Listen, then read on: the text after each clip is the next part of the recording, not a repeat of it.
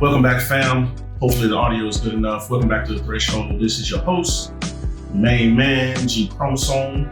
I come to you with another thought and idea about a concept and something I've been hearing of late, and that is, I want my Boaz. I want my Boaz. Where is my Boaz? So my question to those people who say this and still have concern about it is, are you a Ruth?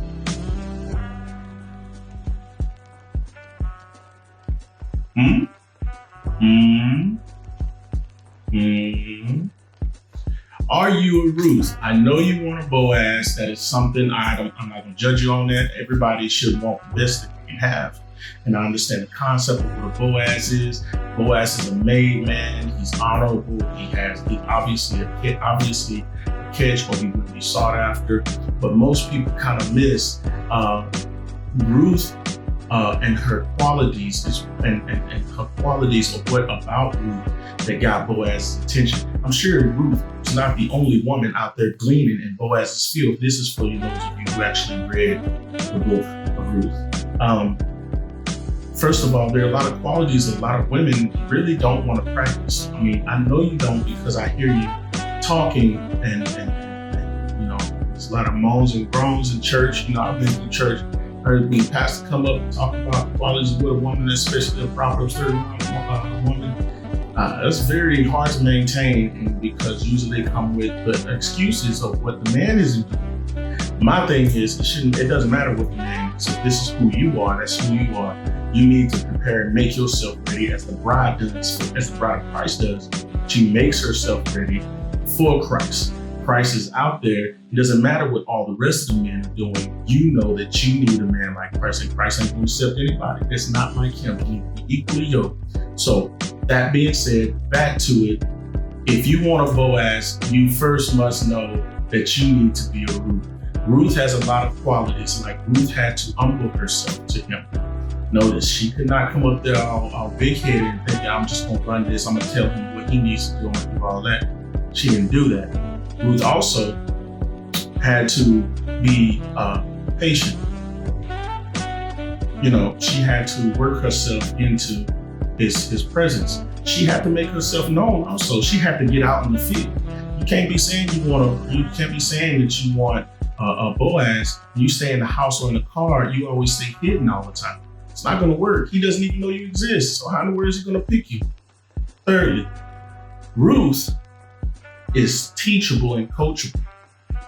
She humbles herself not only to get in a position to where she didn't want to be boastful to a Boaz, but she also needs to be teachable and listen to her elders. Naomi taught her and told her what to do, and it was up to her to either take it or not. Naomi already lived a life. She figured nobody was going to want to marry her. She was already at the age of divorce, or her husband had already died. But Ruth, wanting to marry, need to be teachable. She needs to come in as if, okay, I need to know what I need to do in order to get, does anybody help me, and receive such help. She had to be, of course, that means that she's educated, or that's good. She also needs to be intelligent, because when information is given to you, you need to be able to use that information to get the reward or seek for the results that you're seeking. Another thing is, I say Ruth also had to be ready and willing to be available. Another word that I know that a lot of women don't like to do, they don't like to say, support. You have to be there for his vision. You have to be there to support him in his duties.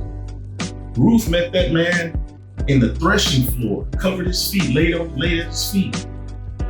She was there for him, making herself known. I'm willing to serve. I'm willing to be here. I'm willing to support you. I'm here for you. That's something I hear a lot, especially young women. Ooh, I'm not here to make a man. I ain't trying to make him. He needs to already have this stuff established. But even a man who's already on his way, I mean, you mean tell me you can't do that? See, the whole thing about what a wife is, right? It's a help. A wife is a help, not a help meet. See, those are two different words. A help is a noun, And the meat is the adjective that describes the type of help. First of all, help in itself, the word in help in itself already lets you know what you're supposed to be doing. You're supposed to be helping. You assist. But meat is befitting. Something conforms to. It matches. So if you want to be someone's help that's meat, help that fits, you have to become more of what he needs to support him.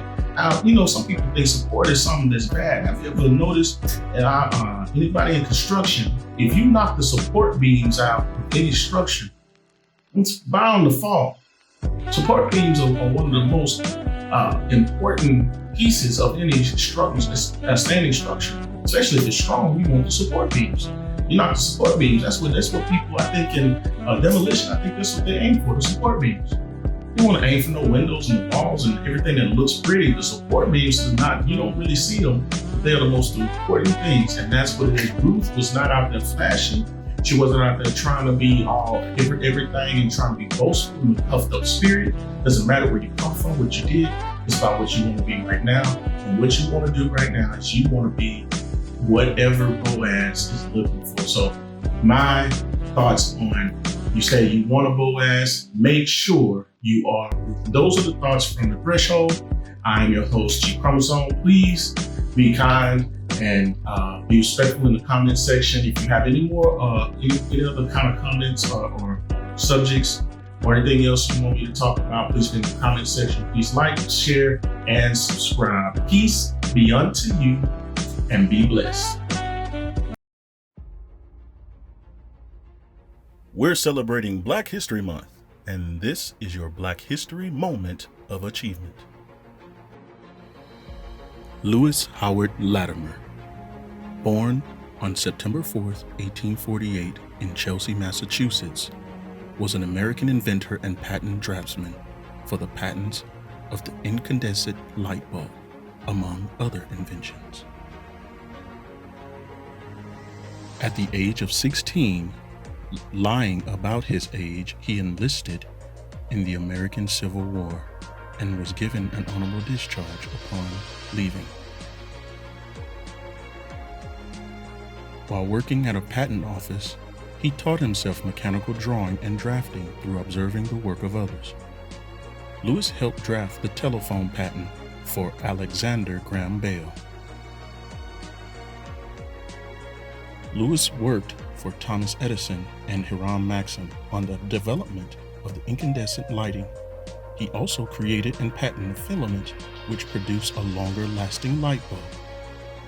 Many believed Edison stole Latimer's and others' ideas when inventing the light bulb. Lewis helped install the first electric plants in New York City, Philadelphia, and Montreal. He received 8 patents throughout his life, with his first one being in 1874 when he was improved the water closets on passenger train cars. Next up, Sarah Elizabeth Good, born Sarah Elizabeth Jacobs in 1855. Sarah was an entrepreneur and inventor. She was the second known African-American woman to receive a United States patent. The first African-American woman to receive a patent was Judy W. Reed. Sarah Good invented a folding cabinet bed, which helped people who live in tight housing to utilize their space efficiently. Around 1885, Good owned a furniture store. New York City passed a law that restricted buildings to be built under 80 feet. Customers complained about the shortage of living space, and Good set out to make a solution. She invented a folding cabinet bed which helped people live in tight housing. Good's bed could be folded up and it looked like a desk. It was a precursor to the Murphy bed, which was patented in 1900. This has been your Black History Month Moment of Achievement, brought to you by The Threshold. Until next time.